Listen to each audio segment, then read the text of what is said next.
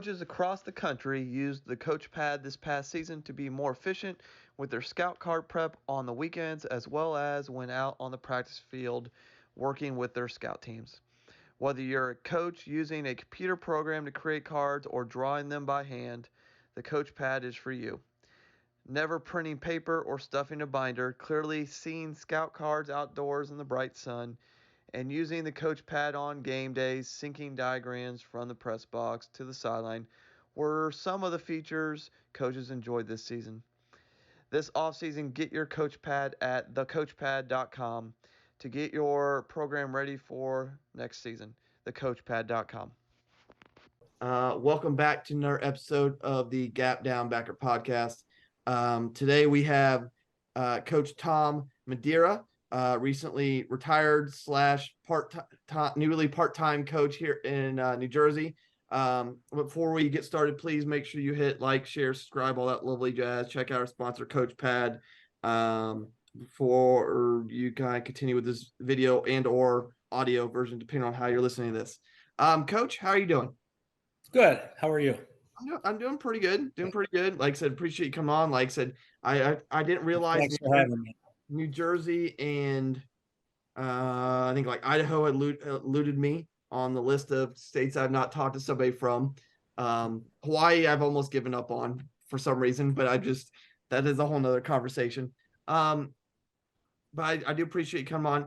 Let's start here. Like, you recently semi-retired, I'll phrase it that way, from high school coaching high school football after, over 30 years of coaching. And kind of how do you end up where you are now? Let's phrase it that way. How'd I end up in New Jersey? Yeah. And just semi-retired. Well, yeah. Coaching does that to you.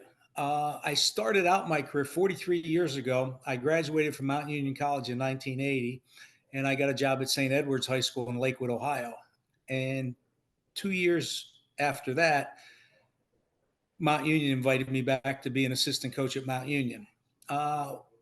Being single, I'm coaching there. We had a lot of success.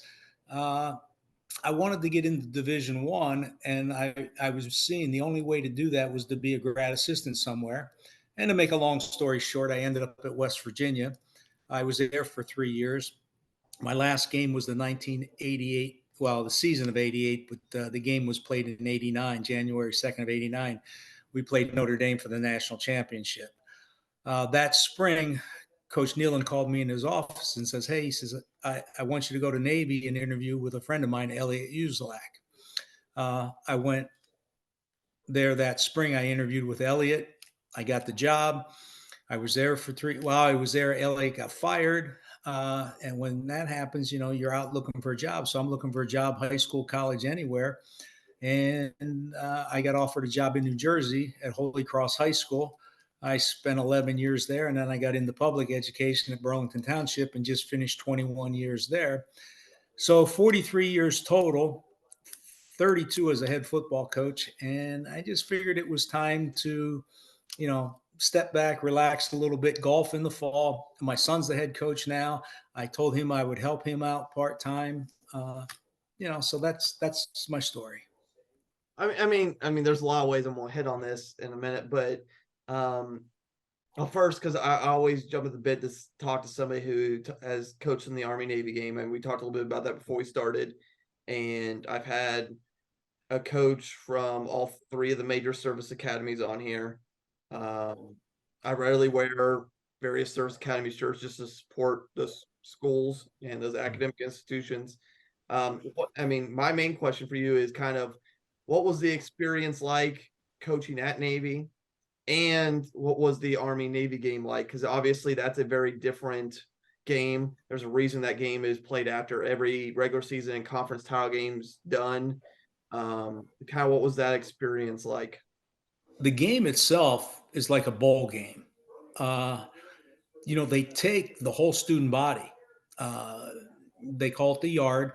They get their buses and they take every person goes up to the game.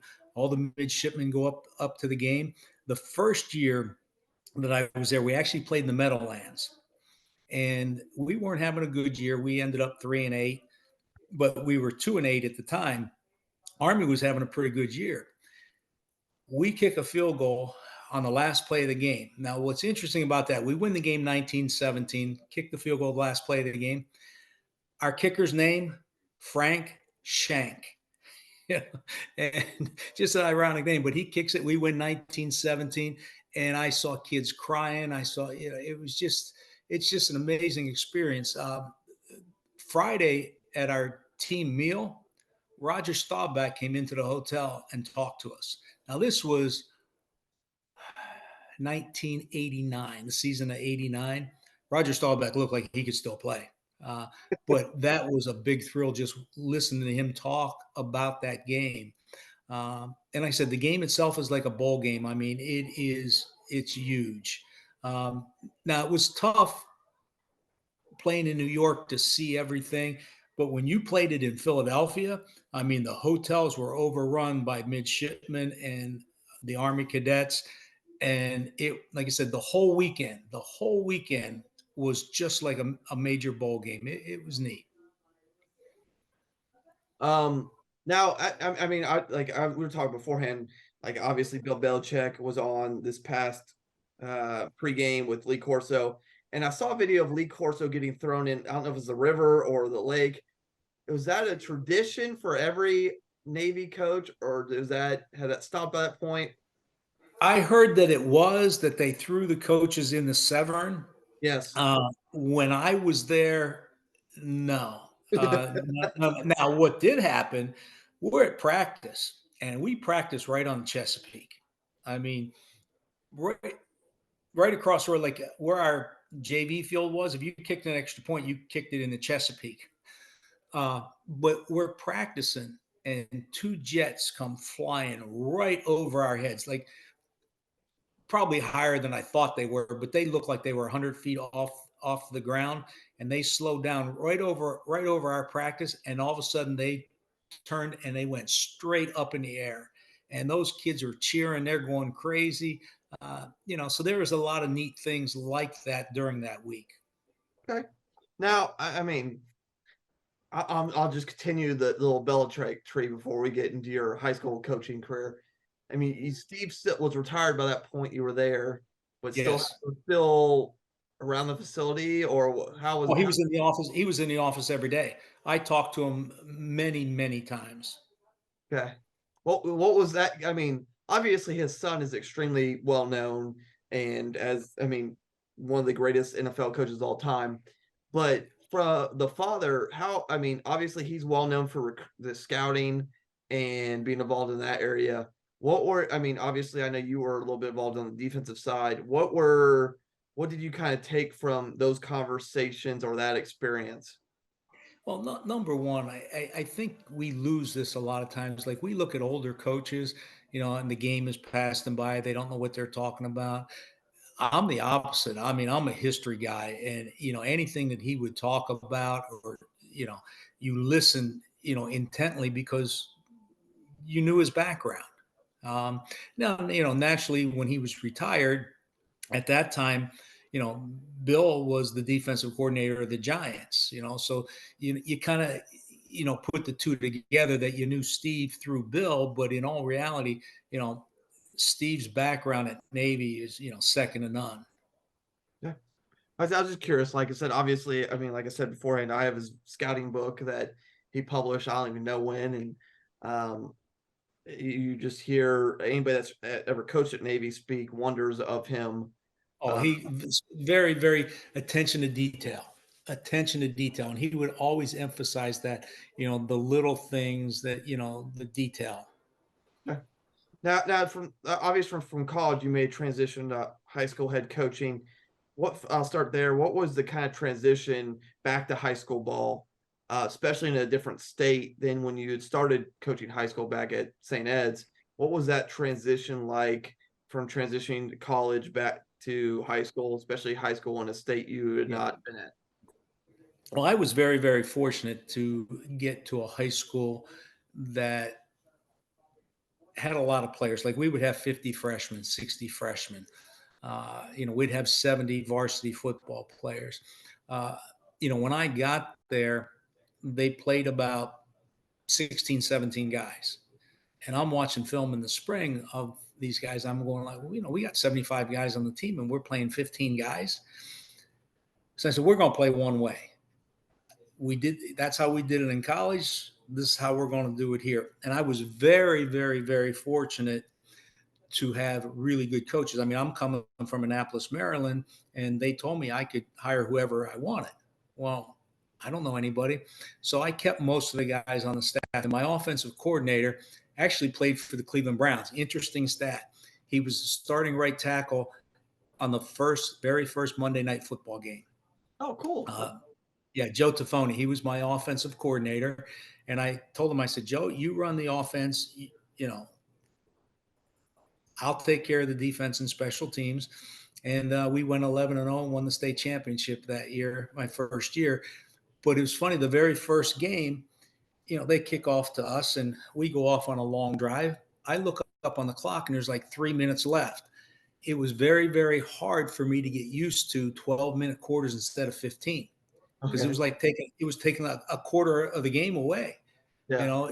You took 3 minutes, that's another quarter, 12 minutes. College was 15 minutes. So it took me a while to get used to that. Then, some of the rules were a little bit different too. Not major rules, but some of them were a little bit different. Okay. Now, I mean, I'll start on. I'll do both sides of the ball. Like, obviously, we'll get to your tremendous amount of success here in a little bit because, like, I mean, you had extremely success at Holy Cross, and you had success at your most recent spot, and I'm is blanking off top of my mind real quick. Burlington Township. Yes, Burlington Township. I knew it was something township. I couldn't remember, I was like, Yeah. But I mean, let's start there. Like, I mean, obviously the game has changed / evolved since you. Oh, it's changed big time. And a lot of that's rule changes to kind of emphasize more scoring and then there's clock rules if you're up by a certain. I mean, obviously, if you're up by over 30 and all that lovely jazz. Let's start defensively. How defensively have you evolved from your time at just like leaving Navy and your first year at Holy Cross to your most recent year? How much has your defense and your philosophy on defense and how you view defense changed? Well, the philosophy hasn't changed at all. I kind of got it from Ken Wable at Mount Union. Pick out their favorite formations, know how to line up against them, pick out their 3 favorite plays and stop those plays. So when watching film, you're kind of like, okay, what's their favorite formations? What's their favorite plays? Let's focus, make them beat us doing something that they don't do well. Don't let them beat you doing what they do well. I took our defense from West Virginia and I took that with me to Holy Cross. Even the terminology to this day, I use the same terminology, but the game has changed.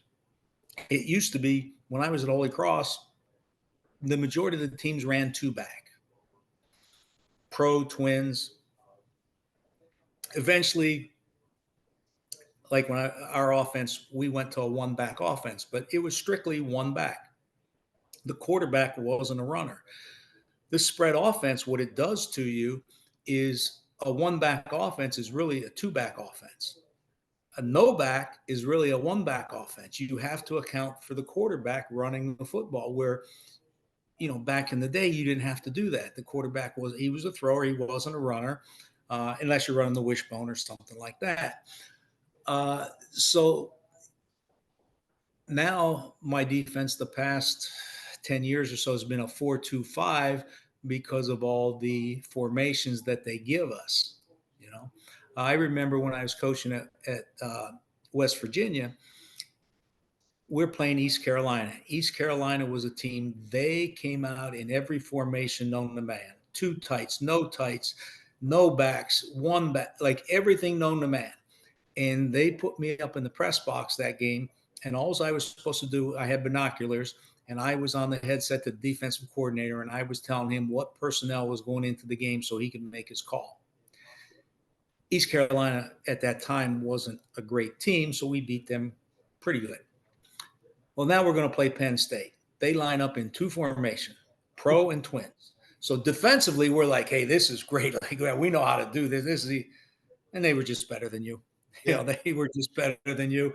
Uh, so the game has changed from formations to philosophies, and it'll go back again. I mean, I look at what they're doing now, what people are doing now. It's almost the old single wing, Yeah. just they don't line up like it. Correct. And even you see some single like, because I follow an obscene amount of people on Twitter, X, whatever we want to call it, and Yeah. like I see people like, and you see like the Dolphins coach and Andy Reid pull stuff from the single wing days from a college or an NFL team back from the 60s or 50s, and somebody finds the like exact like black and white video of it, and they just put them side by side on Twitter, and you're like, okay, somebody is watching the whole film, and it works. Like, Yeah, I it's mean, basically the same thing.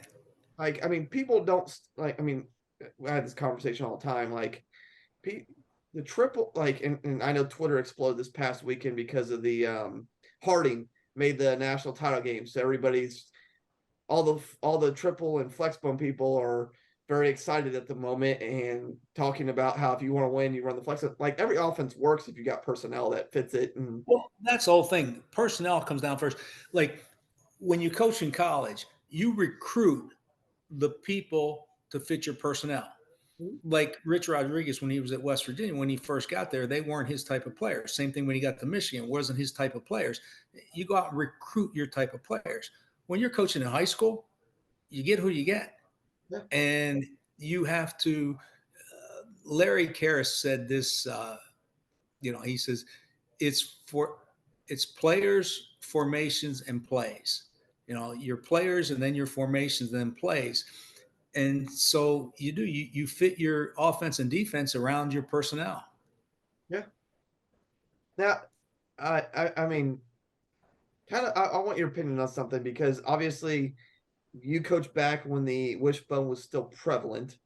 Um, Yes. I've gone down a weird wishbone hole past, I don't know, month. Just look at just, I don't know. I saw like a like 6-part documentary on YouTube, and I just went down a rabbit hole after that. And um, kind of, and then obviously when you were at Navy, you were on the defense side, but the offense ran it. You had to prep for Army, who ran it at the time. I mean, kind of, what are your thoughts on the wishbone as an offense in general, and kind of what it was able to do? And obviously, it turned into the flex bone and various other offenses, but kind of your perspective on the flex bone, just out of curiosity. Well, number one, not many people run it. Like when I was at Navy, it was us and Army. I don't think anybody else ran it. So now you're trying to prepare for us, and we don't have the talent as you have. We're playing Syracuse, we're playing Pitt, we're opened up with BYU, we played North Carolina. Much better talent than we had. So you're trying to prepare in 1 week for that offense. And boy, if you aren't very, very disciplined, somebody better be taking a dive, better be taking quarterback, and somebody better be taking pitch.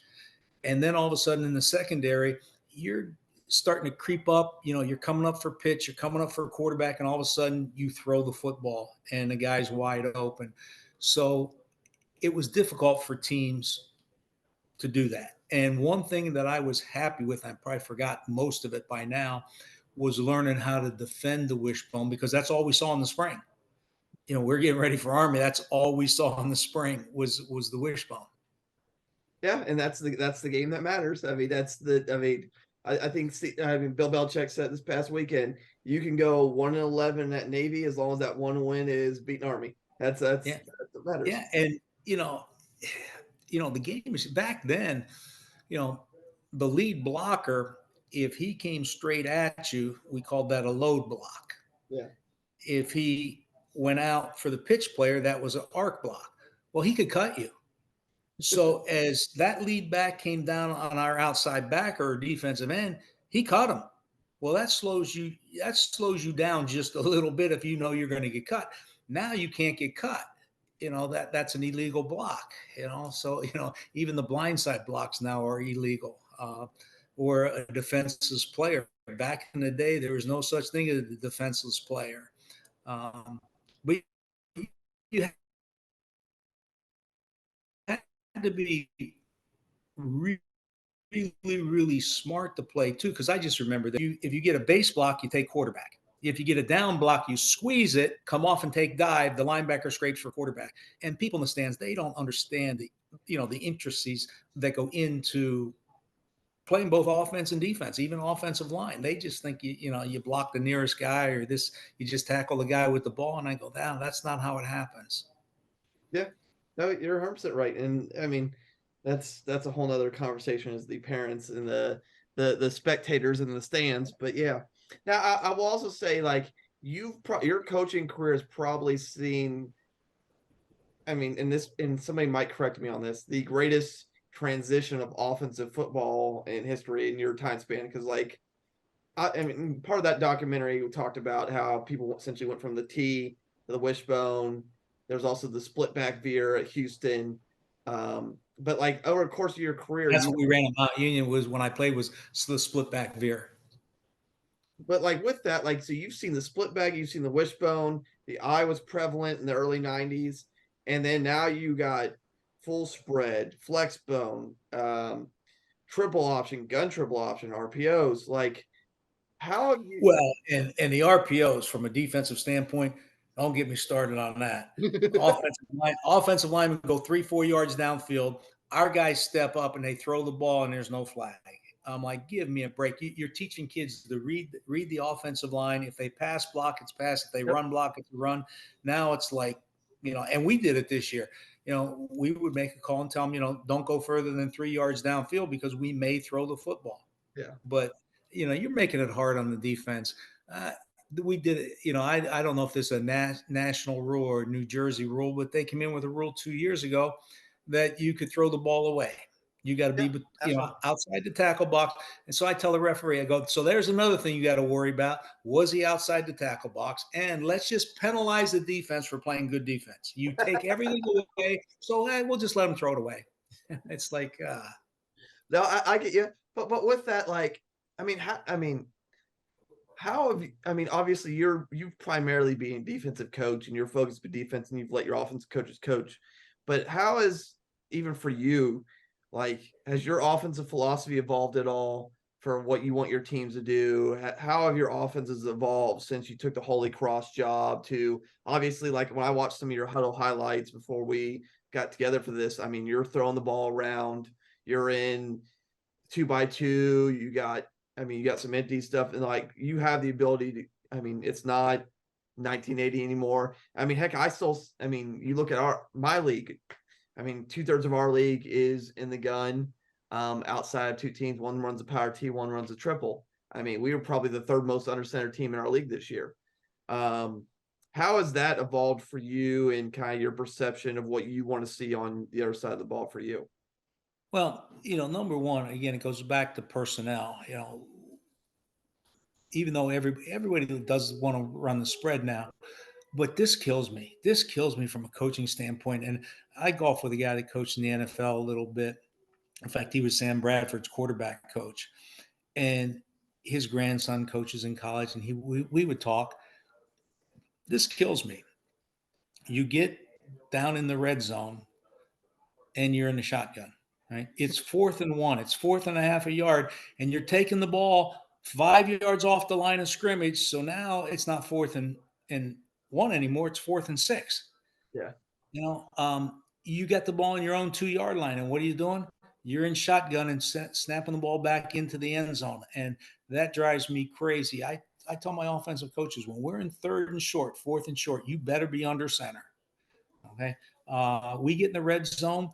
I go, we got to have a red zone offense. If you're just in the spread constantly and you don't have certain plays for the red zone, it's not real good. So I'm old school. When it's short yardage or we're in the red zone, I want to get under center. I still think, I look at the Browns last week. Man, Joe Flacco looks good under center. When he's ball faking and play action, that's what I would prefer. But again, it comes down to, personnel. Like for years, we run the spread offense. We really didn't. We didn't run our quarterback. We're in high school. I had one quarterback. He goes down. All of a sudden, your second team guy isn't even close to what He's not a scholarship player like at West Virginia.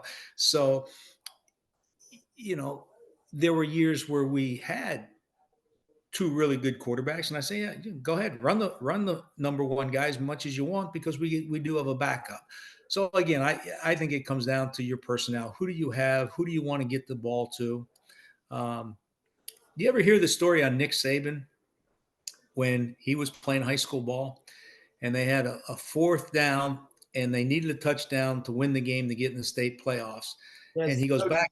called the play. He called the play, and is that like? Yeah, I've heard him tell that story once. Yes, Yeah, yeah. the coach told me, he goes, young Nick, he goes, you call the play, he goes, but you got an all-state tailback and you got an all-state wide receiver. Make sure one of them touch the ball.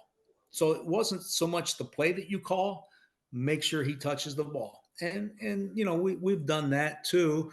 We've been fortunate to have really good players, and you know, we throw a hot route to a wide receiver and he goes 40 yards for a touchdown. We look like geniuses. 2 years later, you run the same play and you lose five, you lose 2 yards because you're throwing it to a different person. Yeah, no, you're 100% right. Now, out of curiosity, like, what is your under center formation of choice? Like, if you could just pick one that you just be in, because like I know certain, like you watch Penn State the past couple of years when it's fourth and short or third and short, they're getting in the power T as an example. Yeah. Like what is your like if you could like, hey, doesn't matter the personnel, what are we going to run? What formation? Well, again, it does matter to personnel. I might even bring defensive players in and stuff like that. I like to get into what we used to call the old power eye. Okay. Eye backfield, offset back. I would put defensive linemen at the power eye back, and we could run a lot of plays. Like I would drive my offensive coordinator nuts because every week I'm putting in a different play, a tight end reverse, a this and that, and he's like, just you run fullback dive, fullback dive, fullback dive. All of a sudden, you fake to the fullback and you throw a pop pass to the tight end. So there's a lot you can do. But like I said, I just hate taking the ball off the line of scrimmage in fourth and short. I see everybody. Mount Union did it 2 years ago in the national championship game. They had 4th and 1, and they had a 3-yard loss. I mean, when I was at West Virginia, when we were in short yardage, 95% of the time, our fullback, Craig Taylor, got the ball, and he never lost a yard. Might not gain anything, but we weren't losing any yards either. So. Well, that's like got the under Dungy Allstott, like when they at the Buccaneers. Like, I mean, he's like had the highest yards per carry of like any back in the league, and just, I mean, I think he's like the all-time leading rusher at fullback too. So it's like, yeah, I don't know too many people want to tackle him. no, that's a large human being. That is that's a little different. Yeah. Just saying. I mean, a couple more questions. Like, obviously, your son has followed you into coaching.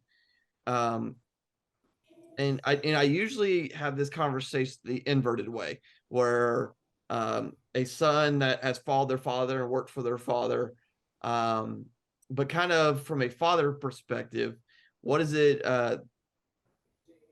kind of been like for your son to follow you into coaching, to be the head coach at school you used to be a head coach at, and kind of the opportunity now for you to be able to help him a little bit, assuming everything goes the way you expect it to? Yeah. Well, it was interesting. When I got the job at Holy Cross, my son was less than a year old. Uh, the season started in September. He turned 1 in October, end of October.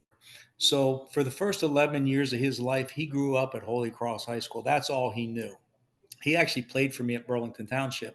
But for him to end up as the head football coach and athletic director at the school he grew up with is really, really a neat thing. Now, as far as coaching with me, a lot of people wanted me to put him on my staff, and I didn't want to do that.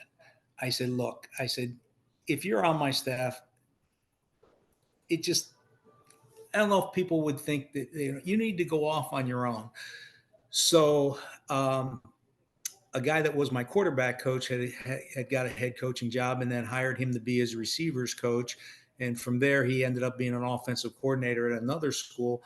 But again, he was making his own name for himself instead of just being like on my staff, like undermining it. Like I don't want to do a lot of full-time stuff next year with him because I don't want people looking at me on the sideline going, "Oh, no, no, no, this is his team, not my team." You know, Yeah.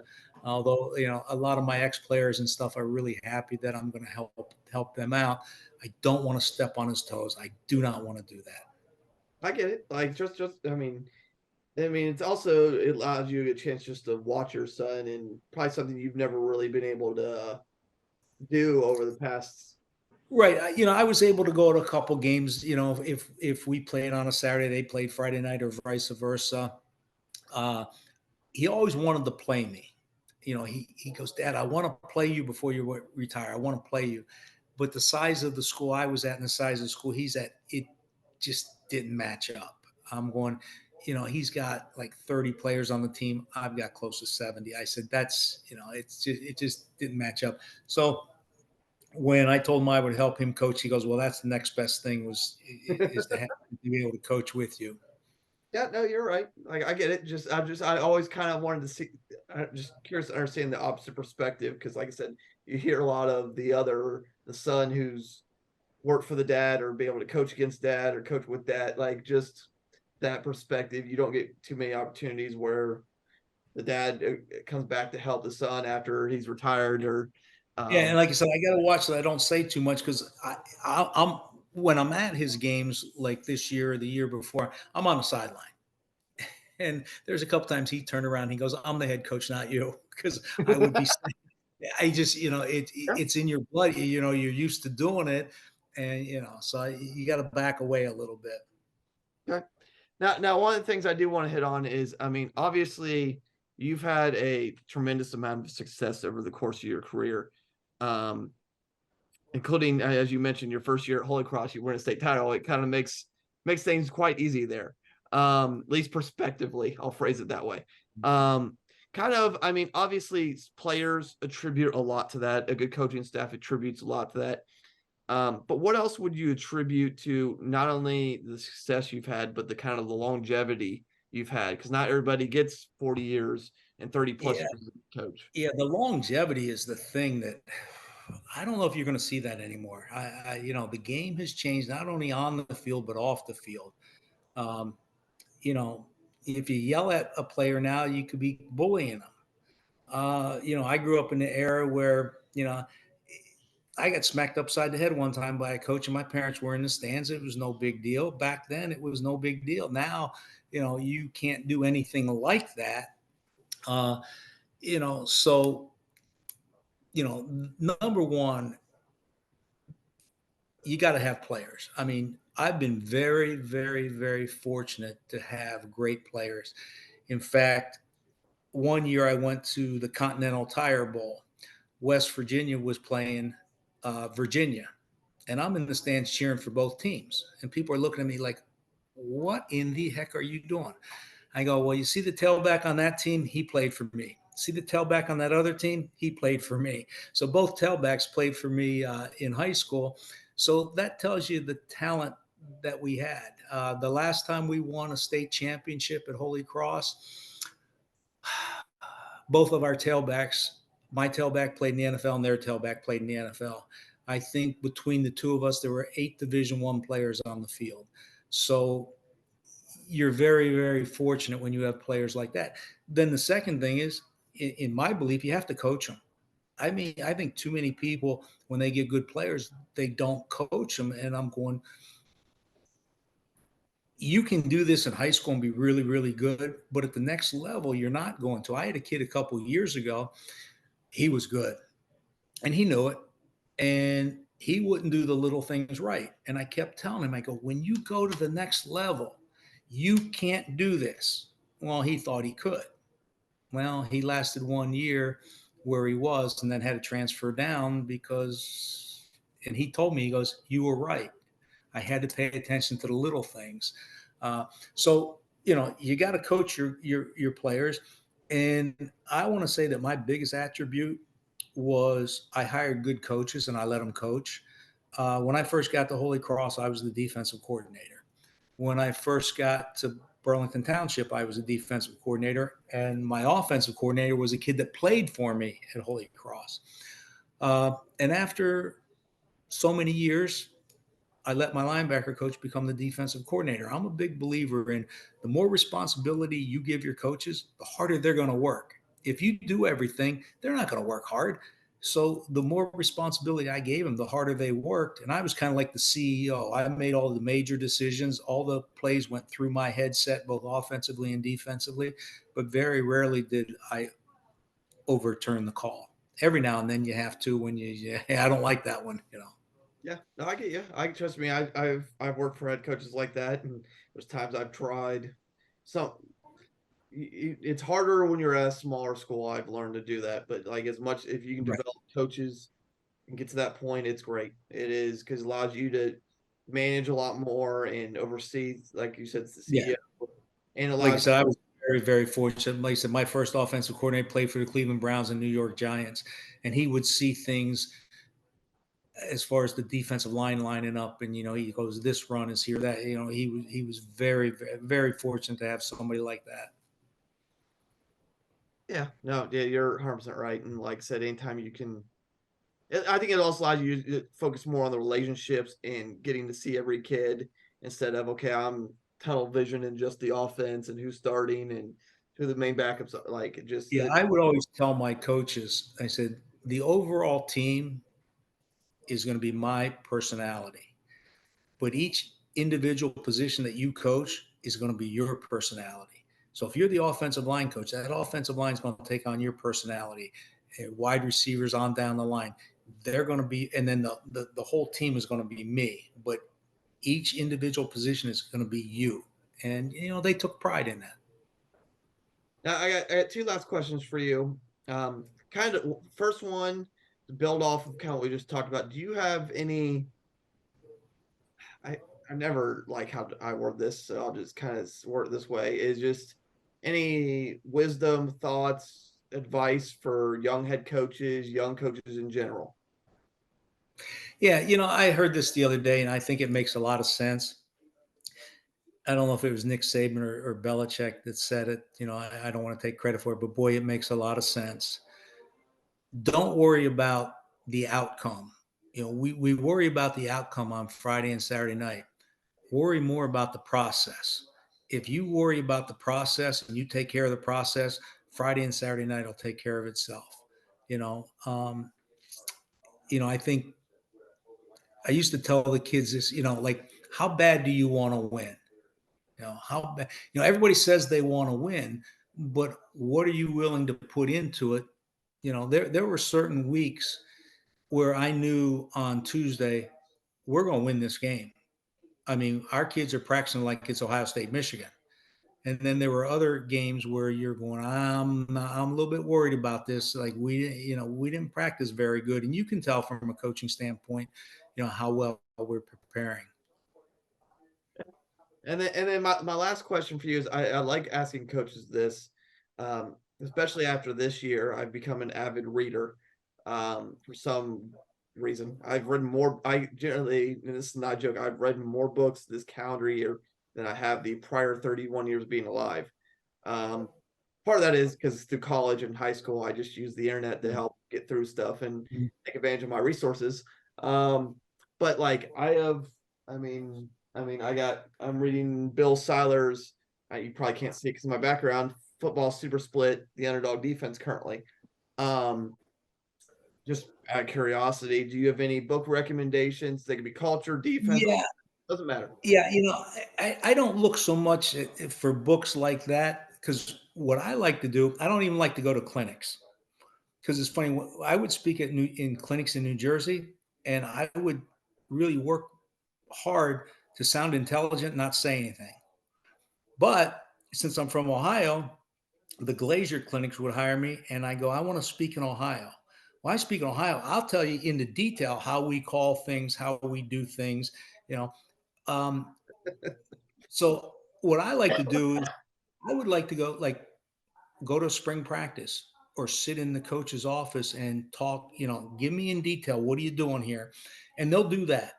They might not do it at a clinic, but I like to read books that give me a different perspective. Like there's a great book. I mean, I loved reading it. and it was Northwestern, Gary Barnett, called High Hopes. Just how he motivated the team, how he got that team to play. I'm old school. Woody Hayes, you win with people.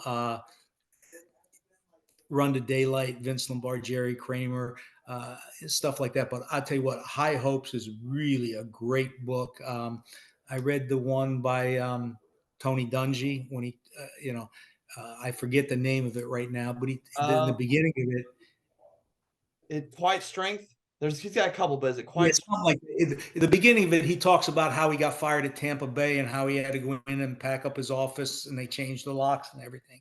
And then how he gets to Indianapolis. And I like reading those books and seeing those types of backgrounds. Like I said, as far as learning things, I like to, call up somebody and hey, like coaches will come in the spring, like last year, and I said, hey, let me take you out to the club, Burlington Country Club. We'll sit and have a few beers.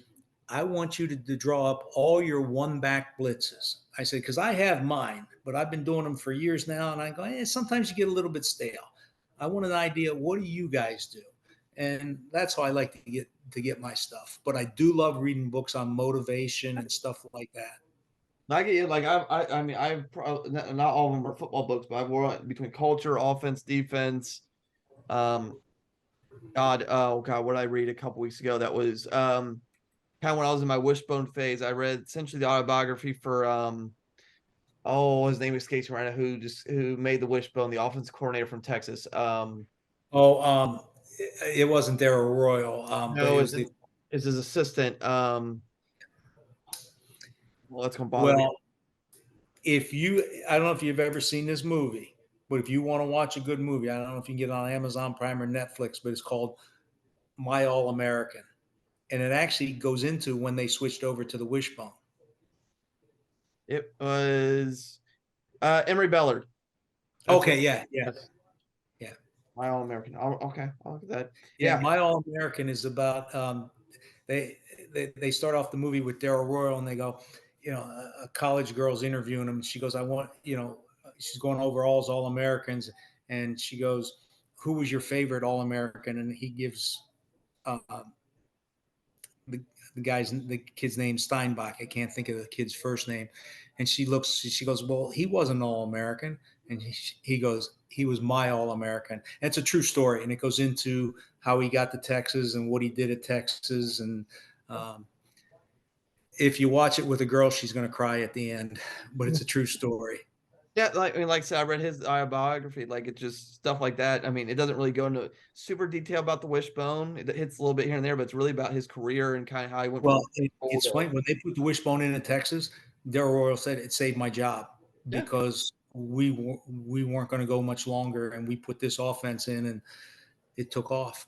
Well, yeah, and then he had Emory pretty much help teach Oklahoma and Alabama the offense to help their jobs. Like, I mean, Oklahoma's coach is about to get fired, and what's his face at Alabama was starting to get on a hot seat at the time too. Like, it's just and it's amazing what coaches do.